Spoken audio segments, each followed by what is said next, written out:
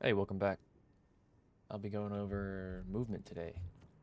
Pretty basic stuff, but it'll kind of get a little bit more advanced as the video goes on. So, obviously WASD is the typical movement keys. Okay, wow, I just learned that you can actually use the arrow keys to move your head input, I guess. You're looking. That's crazy. WASD for movement. You can use shift for just simple dashes, and you can dash in any direction. So when you're holding any kind of movement direction and you press shift, you'll do a dash. Takes up one dash meter. Just do this to get quick dashes. You can actually chain dashes together if you do shift and spacebar. Let me talk about, okay, so you can also double jump, and that takes up another dash meter.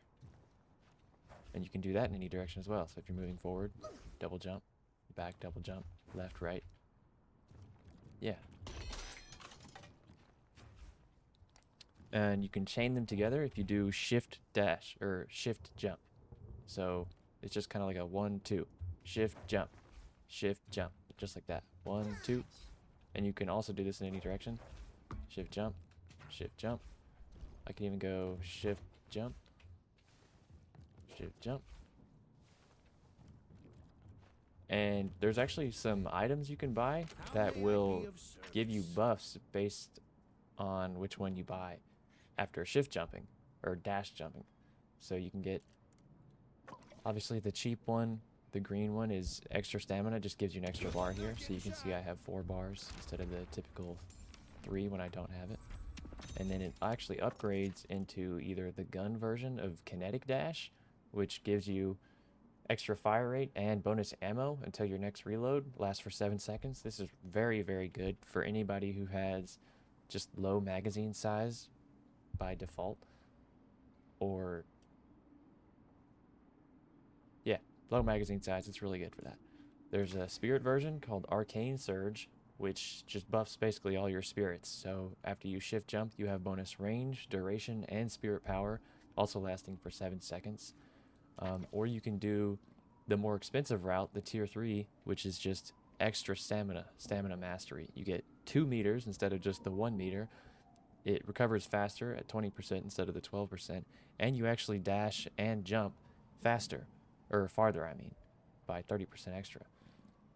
But personally, I just like to get the cheaper versions because I can get them really early in the matches since it's much cheaper than the tier 3 version. And the added benefits off the shift jump are just very good for fighting and just, well, kind of quality of life in general. Stay strong, buddy. So you can see, oh, and what's really cool about kinetic dash is I get the extra ammo even if I'm at max ammo already. So like I have 28. I'm reloading here. Max, I'm at 20. Shift jump, 28. It's just 8 extra ammo flat. And if I'm at like, even if I'm at like 1 ammo, or if I'm at 0 ammo, I get 8 extra ammo. I still have to reload, but like if I go all the way down to 1 ammo, shift jump, I have 9 now. Very good. Very, very good. For just like a little bit extra ammo, extra fire rate. It's very good for running people down. Because you can shift jump, you just get extra ammo, and you don't even have to reload. Amazing item. And the cooldown is pretty short. So I just shift jump there.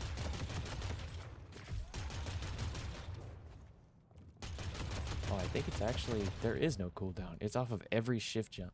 So just the more dash jump, I should call it. Dash, jump, extra ammo. Very, very good. You can also use heavy melee just to get around.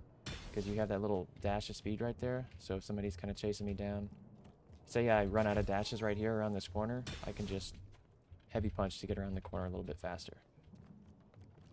Another thing I want to talk about is wall jumps. So these actually don't take any stamina meters at all, and it's just jumping and jumping again.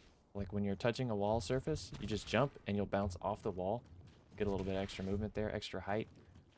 This is really good for chaining your momentum together without taking up stamina meters. So I can even like slide, like right here, something really cool I can do. is I could slide into this. I have a bunch of momentum going in. I can jump, and then I can actually wall jump twice. However, in the most recent update, they just changed it to where if you do consecutive wall jumps, the second one actually takes half a stamina meter, which I don't think is too bad. It's really like, it could still be super worth it if you just need like a little bit more height to get up to that next surface. Like if I'm going up to here, jump, I need that little bit of extra room there. I can just use the second one, take half a bar. It's not even that punishing at all, and it's extremely useful. Because stamina bars kind of do take a while to come back. Like it's a pretty slow recovery there, you can see. But wall jumping is free, doesn't take anything at all.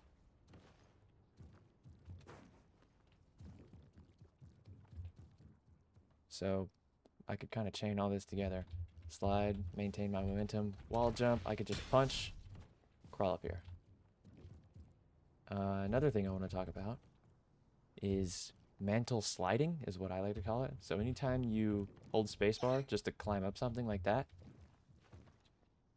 if you hold control at the same time, you'll slide after your climb. And you actually get bonus movement speed off of that, which is very, very nice for traversing around the map with also being able to conserve your stamina meters.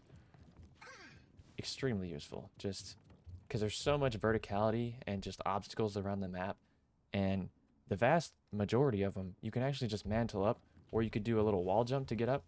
Like say I want to climb up right there, that's too high for just one. Like I'm holding spacebar right now, I can't climb up there. If I just jump again, I didn't take any stamina meters there. I just used a simple wall jump, and I'm holding W. Like if I don't hold anything at all, it'll bounce me away from the wall. But if I hold W, I'll actually wall jump and keep going forward into the wall. And if I just keep holding spacebar, I can climb up this.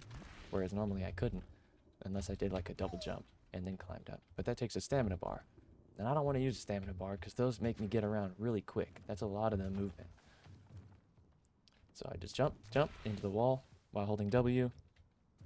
Wall jump, climb, hold control at the top. So I don't use any stamina bars, and I get extra move speed from the mantle slide. Very, very useful there. Mantle slide here. You can mantle slide on anything. Anytime you climb on something, if you just hold control, you'll slide.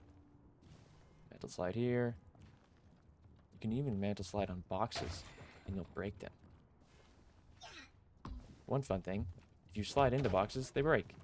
And those drop souls, so if you're just trying to move around the map, get a couple of extra souls on your way there, you can just slide into them. I don't even have to punch it. I don't have to shoot it. Shooting slows you down, unless you have fleet foot, but if you just slide into them, they'll break them. These right here, these air jump pads, are extremely helpful for getting around the map as well.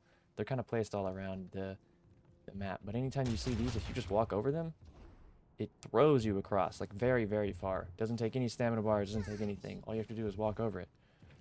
Or you can even dash into it. Sometimes it is a little wonky. I've noticed that in game, if there's, I don't know, if there's just like a lot going on or something, sometimes I feel like I'll go into it and not hit it. But that's pretty uncommon. They're pretty consistent. I use these all the time to traverse around the map. I can do this, I can dash jump while I'm in it, and it maintains that momentum, so I can just kind of fly across the map. I can jump, I can wall jump off of it. There's an incredible amount of freedom with the movement in this game, and I feel like I can most closely relate it to Apex. If y'all have ever played Apex, you know there's a lot of different techniques you can do to get momentum and just speed in general, or to get speed and maintain that with momentum. I've never seen a MOBA other than Deadlock that has such in-depth movement like this, and coming from an FPS shooter kind of perspective, I love it. I also played a lot of Smite back in the day, so I love that this is a MOBA, and it has a lot of the MOBA aspects similar to Smite with the third person over the shoulder shooting and whatnot, but it has an incredible amount of movement as well. So it has the first person, not necessarily first person, but like the shooter Apex aspect to that.